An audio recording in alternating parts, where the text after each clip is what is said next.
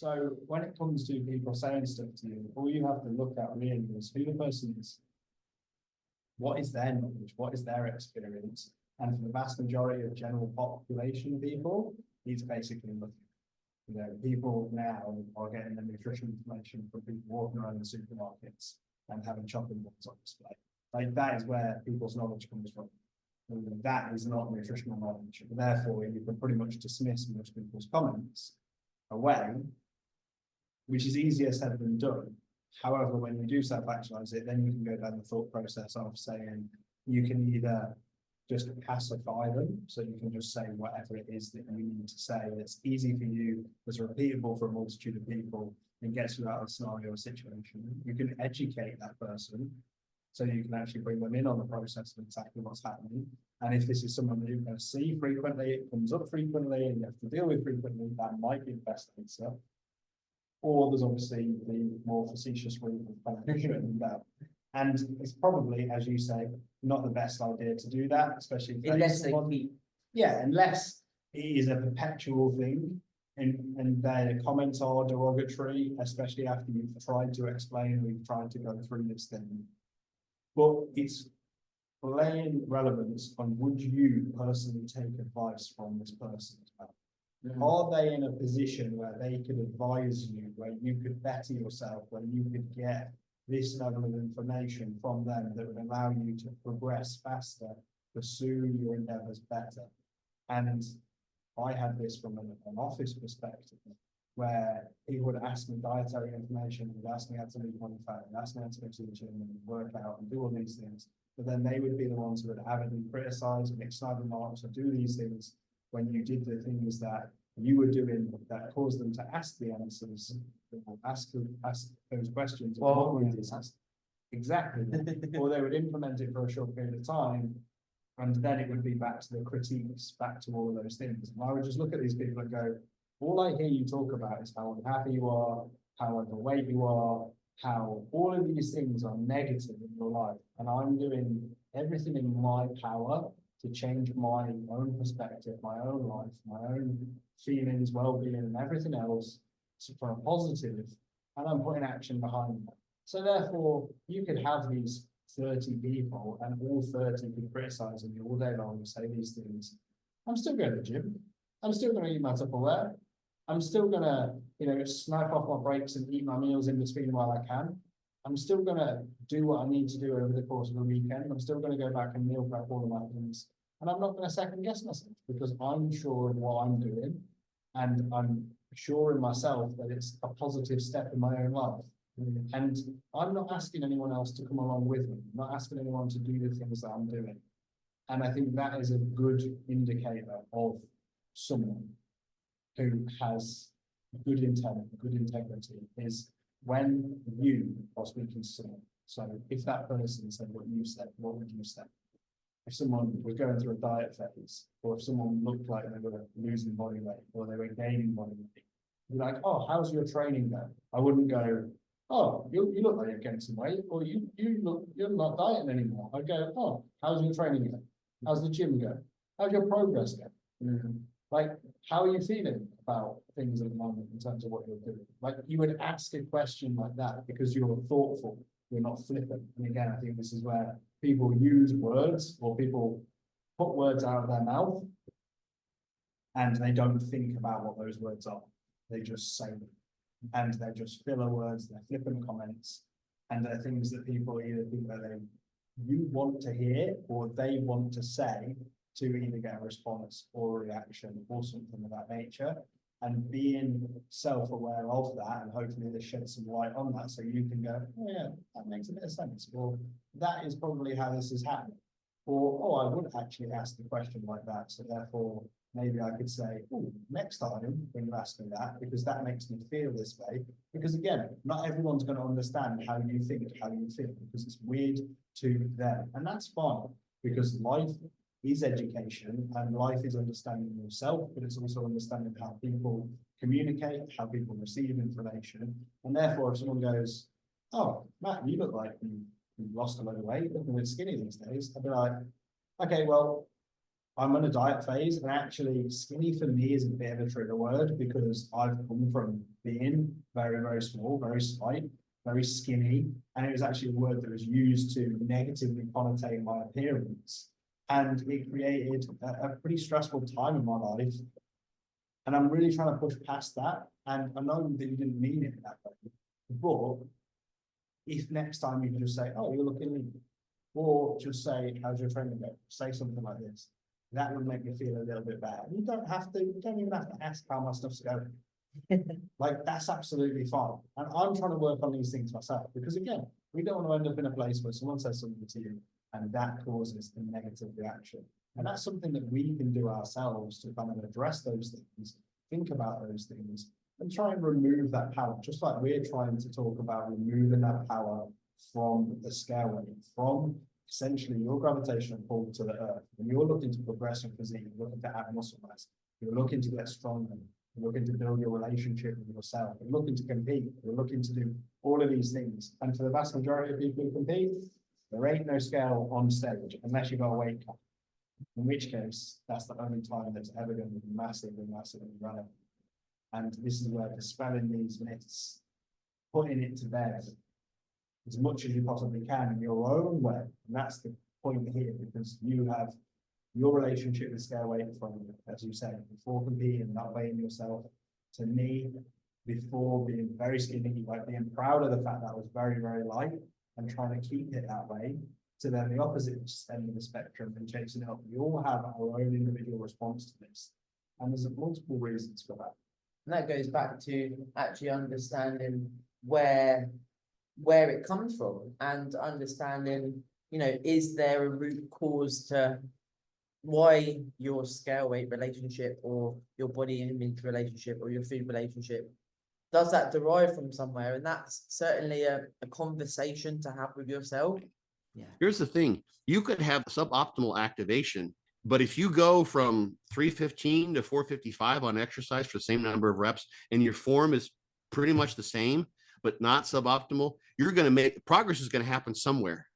You know, presuming you've been at it more than, you know, a hot minute, you've been training for years, that kind of strength gain will equate to progress, whether it means optimal muscular development in all the muscles that you might be trying to target with that, if it's a compound exercise of some sort. But that first step is really like, okay, let's be smart about this, right? The idea for joints and health is to use as little weight as possible to create the stimulus. So figure out your execution. And then the second step, this is the one that Ben never got to, so to speak. He's in and out of the bodybuilding world. He's not hardcore to bodybuilding. And this is the step that we're talking about now, is once you got that down, you know how to pick the right exercise. You're doing like a converging chest press that just nails your chest. It's not an anterior delt tricep exercise. You're figuring out what back exercises, what machines work best for you. The loading curve matches well. You feel it in your back. You know, mind muscle connection is something that there is evidence to show that there is reality to that. You can tell people, for instance, use your triceps on this chest press or use your pecs on this chest press, and they can do it. And it's also a function of the weight. Once you get to really heavy weights, you can't really do that because you have to activate everything to move the heavy weight, right? So the lighter the loads, the better you can do that. The slower the speed, the better you can do that, because to move things faster, you need to use more muscle mass. And the more experienced you are, the better you can do that. But it's a real deal. It's a real thing. The evidence is out there. Once you got that down, then progressive overload. And I think it's okay to stray a little bit from the perfect activation pattern and be a little bit sloppy. And I can sort of I can back up that notion with some muscle physiology if you want, but it's okay to do that. So, you know, you're doing these pure, and you see some of the hardcore guys make fun of people, like you're doing like these, you're squatting like 185, right? And everything's super slow, like just you're a guy and you're squatting like it's not even your body weight, let's say, right? And everything's super slow and controlled, right? And it's like, I have these perfect reps.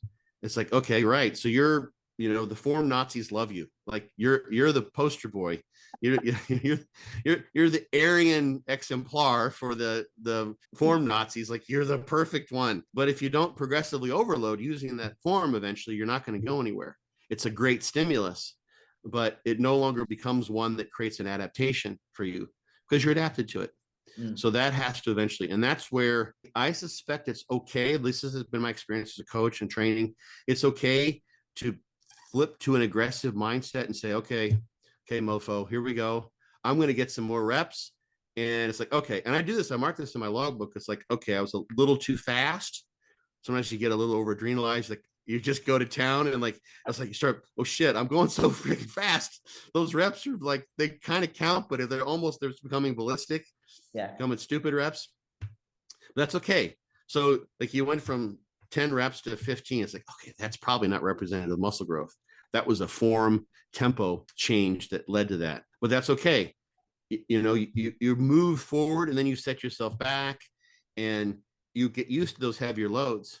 Yeah. Jordan Peters will talk about like touching a heavy load. Like you go up to, just touch that weight, so to speak. Yeah. You do like a triple with something, right? That's not where he's going to train for muscle growth. But once you felt like this massive weight, there's a neurological effect there. I think powerlifters do this stuff. Like for instance, they can't squat 1,000 pounds, but they'll unrack 1,000 pounds and hold it. Yeah. And then when they go drop back to a mere 700 pounds, it feels light, right? So you can do that, lose your form a little bit and try to move the logbook, but be cognizant, be smart about it. It's like, okay, so my weight went up substantially here, but my form degraded a bit. Now when I start this next mesocycle, I'm going to be very, very crystal clear. And assuming your weight's gone up, it's going to have to go up if you're gaining muscle mass at some point. You're not going to recomp unless, you're on drugs or you added drugs in where you didn't have them before, or you're a newbie. Or, you've got fairy dust, that's been sprinkling over you while you're training or something. It's a function mainly of the novelty of the stimulus, the novelty of the adaptation. The drugs can create novel adaptation because they support that, and they support anabolism. So it's okay to get a little bit sloppy within reason. Yeah. And get that progress. It's like, okay, I've gotten the 2.25. I went from 185, I've gotten the 2.25. I like having those two plates rattling around. That was cool. Next time I'm going to drop back, this time I'll go to like 205 and try to do really good form. Okay, I got 205 for 10 reps with perfect form. Last mesocycle I was at 185. That's progress. I ended at 225, but it was a sloppier 225. But you drop back down, you catch yourself, you set the metronome in place, your partner, counts it out for you, whatever it might be, and then you progress again. So it's an art form. Yeah. Really, it's an art form.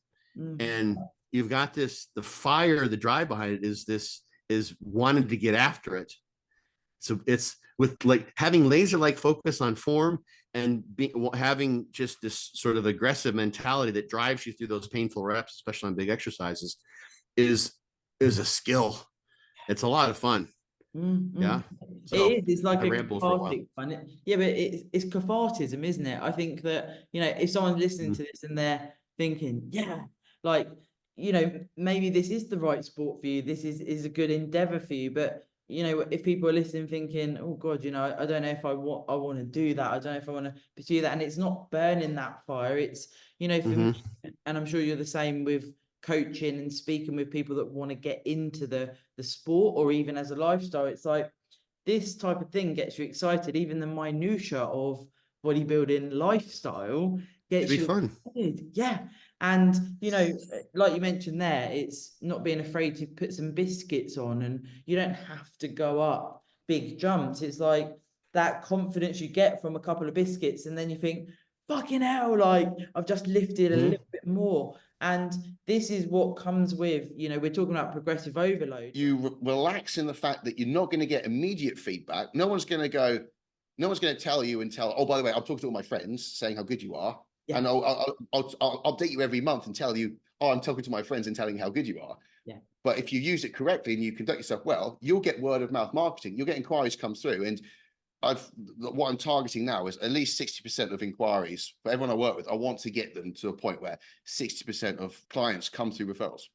Because if you focus on service and you conduct yourself well, you get to the point where you don't have to massively push social media. You're not on this treadmill for life where you're just like living to post, living to get your stories up, and then literally sucking at the teat of Mark Zuckerberg, which is just like it's a painful existence when you literally look at it now and it's got to extrapolate into the future. So it carries, you know, like sometimes, well, the long game's sometimes the quickest game, because, you know, don't fall prey to using tactics for tactics' sake and just getting the quick buck. Take it slowly, conduct yourself with integrity. Word of mouth will travel. Yeah, for sure. And I think that, you know, social media, we could probably do a 4-hour podcast on that, because, you know, there's so much to it, and it is difficult to sometimes stay authentic, potentially when you create a post or you create reels, and you're starting out, you know, for anyone listening that's sort of in the early days of online coaching, and you are creating content, and maybe it's not getting many views, maybe it's not getting many likes. You know, some of my stuff doesn't get many likes, and previously, you know, mental health wise, it can really hit because you've taken a lot of time to do a long form post, or you've made a reel and you're really happy with it. And then you think, shit, nobody likes me. This is so important. Sorry, really got to say this. So again, it's so hard when you don't go through it, you don't know what's actually important. You fall trapped to the prey of like all these people are talking about likes, engagement. And I remember I saw a young kid, he literally posted a video of him benching, and then he had like a you know, like a cable, which I'm recording, a rope. He had a rope, like a tricep pull down rope, and he just dangling that on his face. And the quote was, "When Mandingo spots you." And I'm thinking, what the living fuck are you doing? Like, what are you do? Why are you? And he's trying to get viral, and it's just like such bullshit. Your role as you're not. It's not about likes. It's not even about views. It's about impact, and no one really talks about that.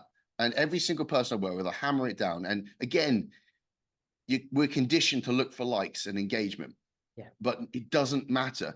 You've just got to deliver the content to one post, deliver it to one individual, like you're speaking directly to that person. And that's all you have to do. Don't worry about likes. Do not worry about views at this point, because if you can consistently do that, and you do that once a day, you've got 365 leads, warm leads per year. That's 4 times the capacity of an average coach. Now, you're never going to see the feedback initially. Again, it's now, if you look at the gym, delayed gratification, you know, I want to grow my quads. I go and do a set on squats, which is terrible because I'm shit at it. I come back, I look, my legs haven't grown. Fuck this. This doesn't work. It's just like, okay, try that in 6 months, then look at the picture. So it's the same with your content. So again, I appreciate how hard it is for people when you don't know that, and then you're looking, because you're engineered to think, oh, no one likes me. I'm putting all this effort. I've got a lot of care into this, done some research. I post it, it gets 300 views, and I got 2 likes, or no one likes it. To you, that feels like, no, I'm not important. No one likes and engaging with me. And am I wasting my time? You do that once or twice and it feels like that. Then you go at the present moment, you look into the future and you go, what the fuck am I doing? Am I wasting my time? Question, frustration, pain, and suffering. Whereas in actuality, I know for a fact that one guy, he did a post, it got like 4 likes, it had 300 views, he had 9 grand in sales off that post, because he got 3 people inquire and he sold 3-month upfront packages with each one. But it's, you know, he has 8,000 views on some of his reels, got fuck all. One reel, really poignant, 300 views, 9 grand. And it's just a perfect example of, you're here to deliver impact with your content to the person who needs That it. first show, it's the best show ever, but it'll be your hardest show ever, because you don't know what to expect, right? My post show after my first show was horrendous. It was like that typical, like, hoarding loads of food, biscuits, chocolate, and I didn't even eat any of it, you know what I mean? Because you're so, like, full from eating everything else. Like, but yeah. Because your hunger, obviously the hunger hormones are affected. And, you know, if you get pretty diced, it's like, they're going to be, right? But you can just eat, can't you? And you're just like, this is not satiating me. I want more. Yeah. Absolutely. It's mad. And I think it's just preparing people for that after their shows, and allowing them sort of being like, right, you're going to be hungry, but no amount of food is going to satiate that hunger. So just fucking, here's the plan, follow the plan, and just go from there. But yeah, that first experience for show was just mad. been crazy. Yeah. Now, one of the listeners also asked about how you sort of mentally, how you feel when you're gaining weight for an off season. And I've got to give you a compliment from my other half, Matt. He was saying, you know, you're one of the only female athletes that he's seen on Instagram that's like, do you know what? We're gaining an off season and I'm proud of my physique, you know, and you documenting the whole phase rather than dipping in and out when, you know, just showing when you're lean. And it's certainly something that I don't think we see that much of. You know, people do share off season and what have you, but you seem to have a bit of banter with it as well. Now, have you found you get more confident over the years of doing it where it's like, I'm going to need to accept putting on weight? Yeah, I think it's definitely, I always used to be someone that used to hide away, but now because I've got an amazing platform of people who support me and follow me and stuff like that, and I think it's so important to show every stage, because an off season is as important as a prep. Do you know what I mean? Like, this is where my muscle will be built, and if I don't take what I need to take in regards to food and stuff too seriously because I'm too scared of gaining weight, then I'm not going to be able to make the improvements that I need to make. Now, I'm someone that I like being bigger. I like being a little bit more hefty because my performance in the gym is better. I'm happier. You know, I like being bigger. And I'm not saying I don't like being shredded, but if I was to pick one, I'd prefer to be bigger, you know? And I think, yes, I get comments about being fat and all that rubbish. And I had, you know, a few people say I was fat in my off season last year, blah, blah, blah. But, and I good joke, yeah. And like, I typically, like, I hold quite a lot in my cheeks, but this is my normal face, right? Like, the only reason my cheeks look like this is because my face is so bad in prep. Like, this is my normal face. Yeah. Whereas our faces get so like swollen, like so like sunken in. That's not a healthy face. Like, so my face looks fat because my face is so sunken in prep. It's the same with anyone. You'll speak to anyone, they'll be like, oh, my face is so fat. Like, no, that is a normal face. Like, so yeah, and it's just, it's mad. But for me, I think it's so important that everyone sees the side of things, because why would I constantly show you all my shredded photos when what happens behind the scenes is what is the result of that on stage?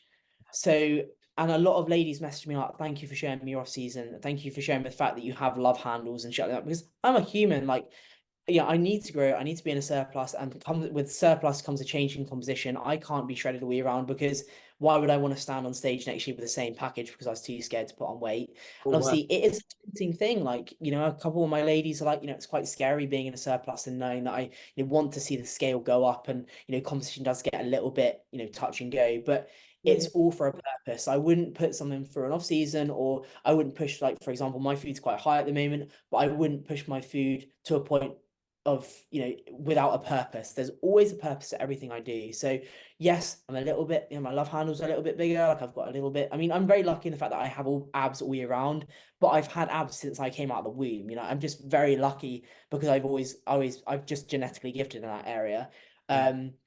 And that normally is a point, if my abs start to kind of become a little bit softer, that's when I know that I need to kind of pull back. But, you know, it's showing ladies that there is not just the prep side of things, but also an off-season side of things, that you need to get a little bit comfortable with being bigger. But when it comes to the stage, it's going to be night and day different, because you took your off-season to that point where you're growing, you're strong, able to fuel those sessions, able to push yourself in those sessions.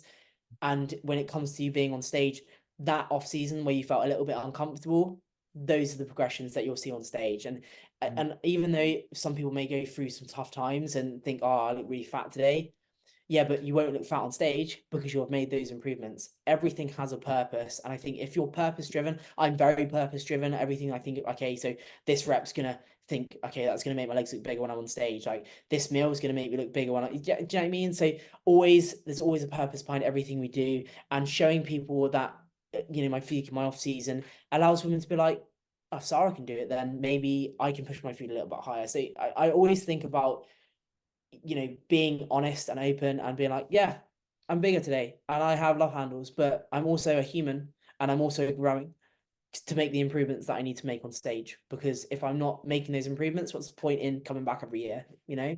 So it is really, really important. And now you kind of mentioned it, I don't really see, outside of Romana, I know Romana does some off-season updates and stuff, which is awesome. I don't really think that many girls do those off-season updates. Even some of the pros, you don't really see do off-season updates. So it's really, really important to show every side of a bodybuilder. Just if I can help someone gain a little bit of confidence in their off-season physique, then that's what I'm going to do. Even if I get called fat all the time, then it's fine. How do you find with, like, you know, if you get trolled or whatever? Because I know that obviously social media can be a very, very cool thing. Like, we wouldn't have connected without it, right? So there's positives, but and you have your followers that look up to you and what have you. But if you get comments and things like this, does that ever affect you, or you just like, I don't fucking care, or how do you sort of deal with that? It used to really affect me, like, massively. And don't get me wrong, it still does some days. I do sometimes be like, oh, you know what? I'm just tired of people saying things.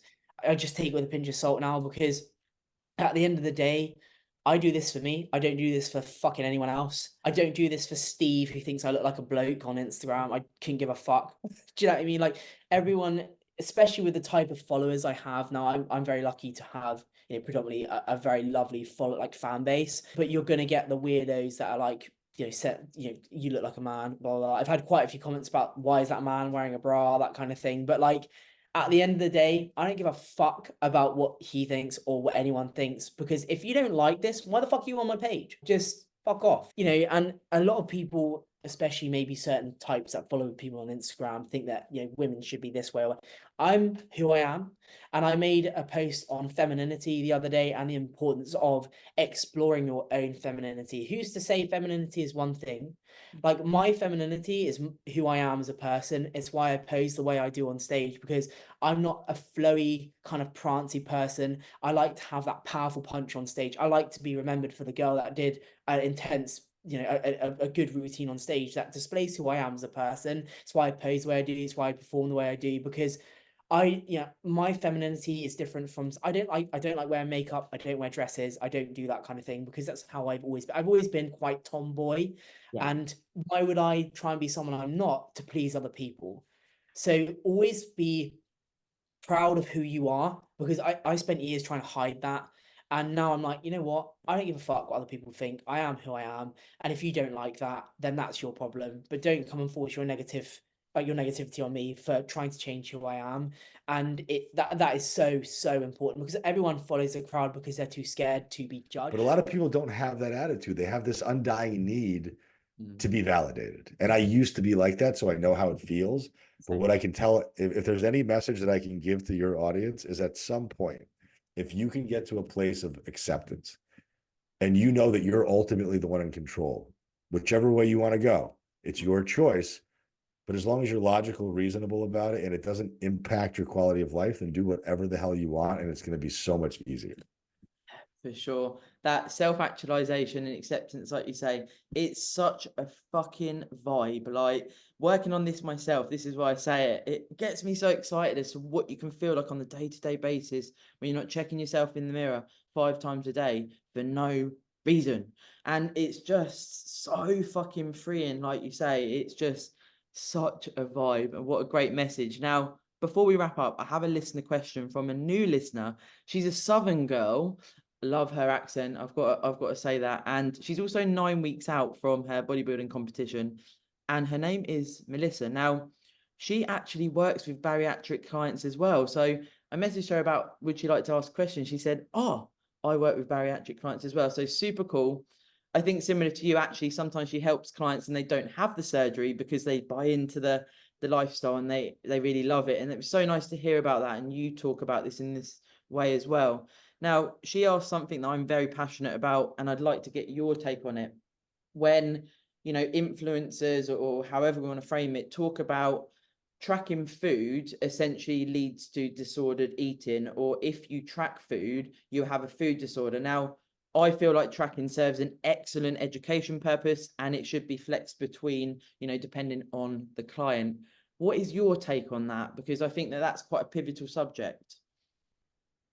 Like anything else, right? Like, is the gun the thing that's dangerous, or is the person holding the gun dangerous? Like, tracking food is a tool. Yeah. It is just a tool. If you don't have to, you don't have to use tools emotionally. You have to use tools logically. Now, if you believe or if somebody believes that tracking food is disordered, it says more about that person than it says about the tool. I like that. The tool is not what creates the disorder. The person using the tool either imperfectly or improperly or unreasonably is what makes that tool disordered. So, I mean, I can either, again, personally for me, Yeah. I'm not overwhelmed by tracking food. The No. reason why I'm not overwhelmed by tracking food is because I cook 95% of the food that I put in my mouth. So if I'm going to cook it and I'm going to have it in containers in my refrigerator, and all I have to do is portion it out onto a plate and weigh it, that takes me 13 seconds of my day. I eat basically the same 15 things every day, unless it's the weekend. So I don't have a problem with tracking food.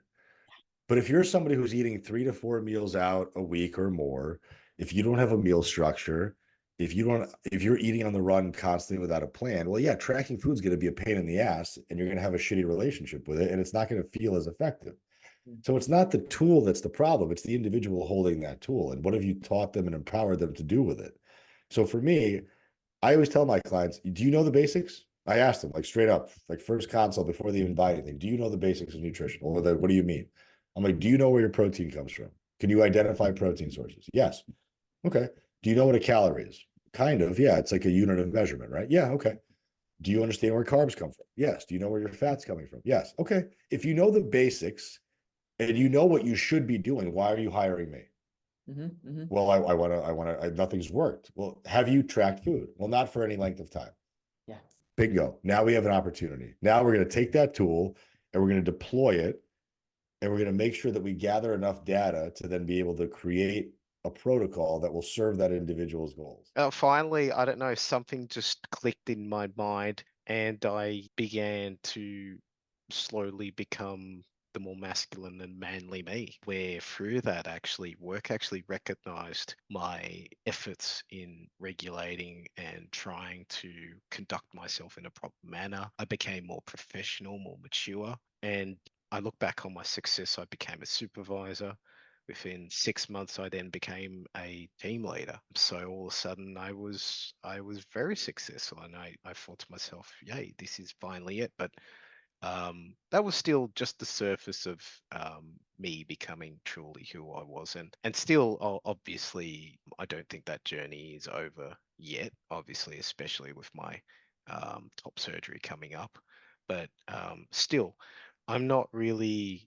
I want to preface to everyone that I'm not really, I guess, hey, look at me, I'm LGBT, I'm rainbow, this and that. I never, I guess, wanted to be that way. I want to always keep to myself, but I still be there for someone to share my journey or even support them if that's the path that they want to choose.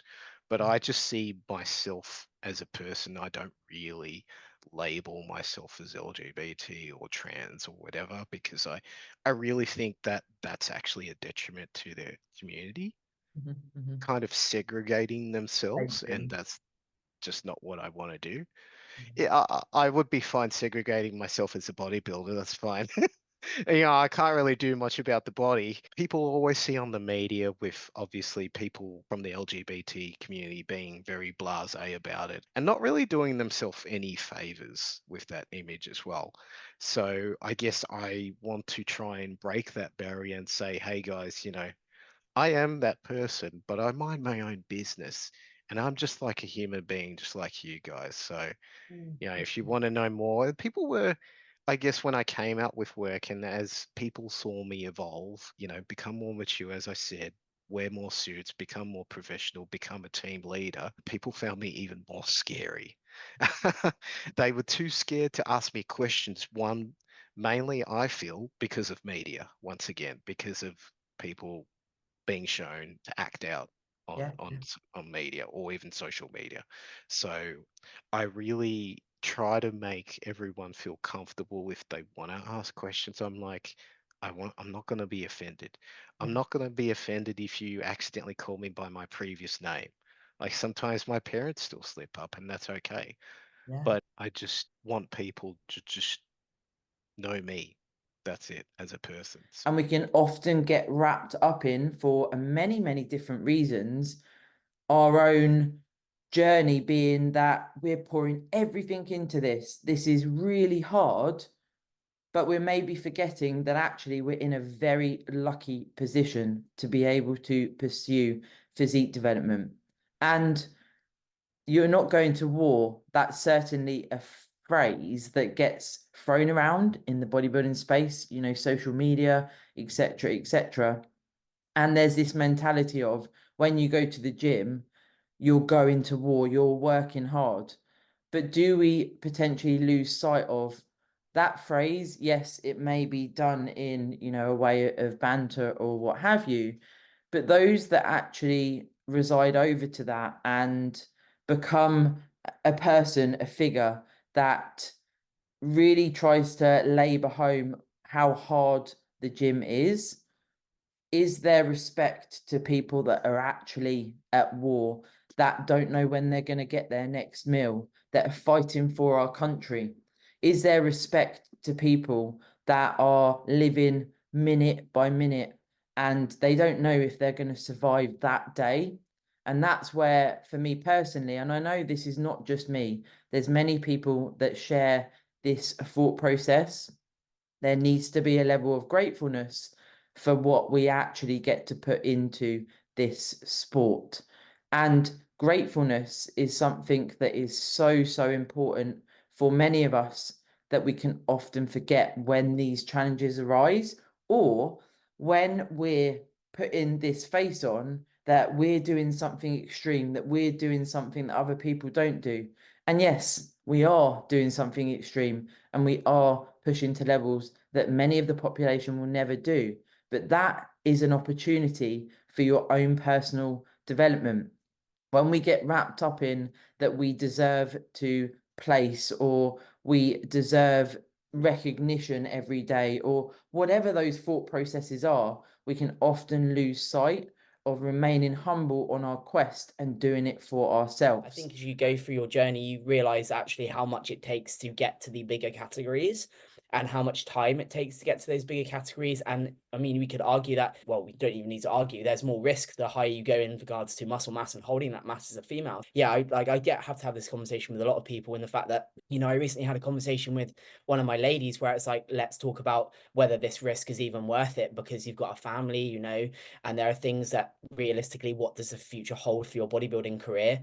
And in the end, we decided, you know what, let's actually downsize and let's just get back, because she loves competing, and you know, she's been with me for a while, and we can have these conversations as coach and athlete because we're very close, and she still wants to get on stage. So we're gonna be like, right, let's just draw the line a little bit further back, and then just go and do what we love, and not have the pressure of constantly having to put on muscle mass and risking our lives when you've got a family to care for. And I think a lot of people don't want to have that conversation because they're all like, oh, no, I just want to win. And it's important to want to win, but then you've got to also think, and this is something we spoke about, Sarah, in our podcast, is like the environment in which you're in and the people that you've got around you. Like, realistically, is it worth that risk because you've got a family and kids? Like, yes, we love what we do and it's important to love bodybuilding, but then you've also got to realize, like, okay, so what are you willing to put on the table? Because there's so much more that you don't realize that you have to put on the table that's going to increase that risk. And like I said, I think a lot of people don't want to have that conversation when really it's one that needs to be had. And that, I think, comes down to that relationship you have with a coach and an athlete, is having that good, strong communication to be able to be like, actually, let's just sit back and think, what is this worth? You know what I mean? So that's, you know, I do have that conversation quite a lot, but you know, I'm very lucky to work with the people that I do, because we have that solid relationship to have that open conversation. I love that. The risk side of things is so important. It's like, I think back, you know, you asked me earlier, what have I learned? Well, I've learned that a lot of coaches don't talk about the risk of using PEDs or even using auxiliaries, you know, things like clenbuterol. I've spoken about that before. They don't talk about what that can do to your body internally, physiologically, what that drug actually does to your body when you take it, and what effects that can have long term is just so not spoken about. Yeah. And like, going back to what you said, Sarah, about the few anomalies that have gone straight from bikini to WPD, I'm money on, as a rule, that time period they've taken to do that is more than one season. And maybe those that have taken a shorter time have pushed the anabolics that they've used to get there. But the issue with that is, when you look at your top WPD pros and your top women's bodybuilding pros, yeah, they've got size, but the muscle, the density to the muscle, the maturity to the muscle, it's a different look. So you may be able to put on a substantial amount of size in the space of one season because you don't give a fuck about the risks, and you're happy to accept the risks, and you want to push the drug load. But the look is going to be different. It takes time. You can't rush it. It's like you can't just go, oh, I'm going to whack a fuck ton of gear in me and train like a loon for a year. And well done. You've got the size, but the muscle looks and sits differently on the body. Oh, absolutely. Absolutely. You said this, Sara, in our pod. You were like, you know, when you step on stage, and we used it for one of the reels, it's like, you're like, holy fuck. Because like, suddenly, from what you described there, man, and that's what Sara was describing, it's like the maturity and the density is very different look when you go into the pro league. Now, a lot of people have this shock. They get a pro card and it's fucking sick, you know. Hats off to everyone pursuing this sport and whatever you do, whatever route. But it's like, then when you do go to pro level, it's a very, very big difference in my experience. And for both of you, it sounds like. Like you mentioned, when you get down to peak week, some of the big things I'm concerned about is sleep loss, fatigue. So I might minimize axial loading and I might minimize just the total load. You know, I might take out I don't do a lot of deadlifts and squats for bodybuilders pre-contest anyhow, so fatiguing. I'd rather have, you know, leg presses and extensions and curls, and it's just less load, less axial loading, less total weight, less fatigue. I can give them more volume and frequency that way, because the fatigue it's a finite resource. And then, you know, obviously I'm mostly posing that week and trying to give their legs at least a few days to recover from the last decent workout so that they can show more definition, get the glycogen back into the muscle. I'm cautious to over prescribe peak week, because I think people try and manipulate a whole bunch of variables to make you know, 1% improvement, and they end up going 5% backwards. Is most commonly what happens. They you know, for the longest time there, the keto folks would they'd go to Burger King and get, you know, a big cheeseburger and fries, and they'd come backstage and they'd be like, look, and they'd show you their forearms were all popping with veins, right? But then they pull their shirt up and their belly was hanging out because the burger and fries and salt and water, and plus it's a huge departure from anything that they had been eating for many weeks or months. And that's a great way to mess your system up, is to eat a bunch of stuff that you haven't been eating. And so I like to do as little as possible the last week. If I'm going to do a restriction, it'll be 20%. And if I'm going to do a load, it'll be 20% north or south of what their maintenance level was going into that. And I like to keep a little salt and a little sugar in there, because and carbs, because that's the muscles have a fuller effect. And there's a particular concentration that helps the sodium glucose transporter from the small intestine into the bloodstream. There's a particular concentration that helps facilitate that optimally, as opposed to spilling over, as we would say. But too much sugar or too much salt or just too much water isn't the most efficient way. And so we try and make sure that's optimal, so the body can get those nutrients where they want to go most efficiently without spilling over. Yeah, for sure. And then on the other end of the spectrum, of course, you know, on stage pretty flat. And, you know, you've got those two sides of the coin, and peaks can go wrong very, very easily. It's that time as a coach to learn the physique, of course, is invaluable. And what's nice is if you can work with a client before a prep in an ideal situation, if possible, you know, having that period of time to understand what their maintenance is, what their surplus is, and having that data as well.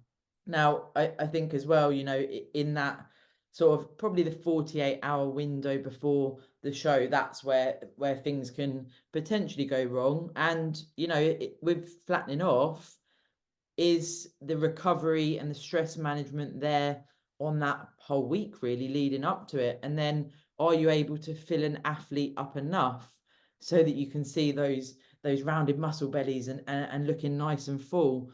And that is a very, very fine line for some athletes. And of course, it's the coach's job to try and manage that and do what they can. If it is the first peak, I would say that there is that sort of, you know, communication from the coach's standpoint to say, this is our first time peaking together. You know, you got to trust the process, as it were, and we will do our best. And if you can consequently work with a coach for years, this is the best scenario, as it were. But with that flattening off, it can be very hard to revive a physique, right? Oh yeah. Once you spill over, it's hard to recover from that. Couple of things. Everybody's different.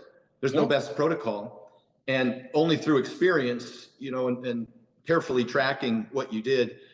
I like to, 2 weeks out, 3 weeks out, I like to kind of run through practice, a trial run and see kind of how they respond, whether they improve or what have you to a carbohydrate sodium load. And then again, I don't introduce any new foods to them the last couple of days. That's a bad idea. And every time you eat your carbohydrates on the load, I like to have access. The muscles that you use will preferentially absorb that glycogen. So we do these little, I hate to even call them workouts, but after a meal, you'll want to, whether it's a rowing machine or just little pumps for each of the body parts. We do a full body pump, and we might do that 3 times a day for 2 straight days. We might. We'll certainly do it, 2 nights before and 1 night before. Absolutely. But every time you eat carbohydrates the last couple of days, I like to move. Helps with digestion, of course, as well. You got to be careful with the fiber intake, because women in particular, they'll carry a lot of that in the lower intestine, and they'll think that they'll start to have that little pooch come out, and understand that part of that's your uterus. It's not going away. Yes, I had to learn this. But the fiber is one thing that we can manipulate, is to reduce the fiber gradually over the last few days to get that large intestine to kind of flatten out. And again, the titration of the fluids that you drink, so that you don't have too much fluid accumulating in the intestines, although it passes through relatively quickly. It's still that little teeny bit of bloating below the belly button. Women, they'll definitely hyperfixate on that, and so there are some things we can do. Yeah, for sure. I love that you mentioned fiber, because it is important. I always have this. So over my years of competing, I have this, like, with my fitness pal, when I input my peak macros and keep it to very, very simple foods. Like, guys, listen, we're not fucking around here. Just keep it simple. But the idea for me is to get the fiber pretty much as low as possible for those last couple of days in particular. And then on show day, it is just those very, very simple foods. But I think that sometimes there is an element of this emotional attachment to, wow, I've got so much more food here on the carb load.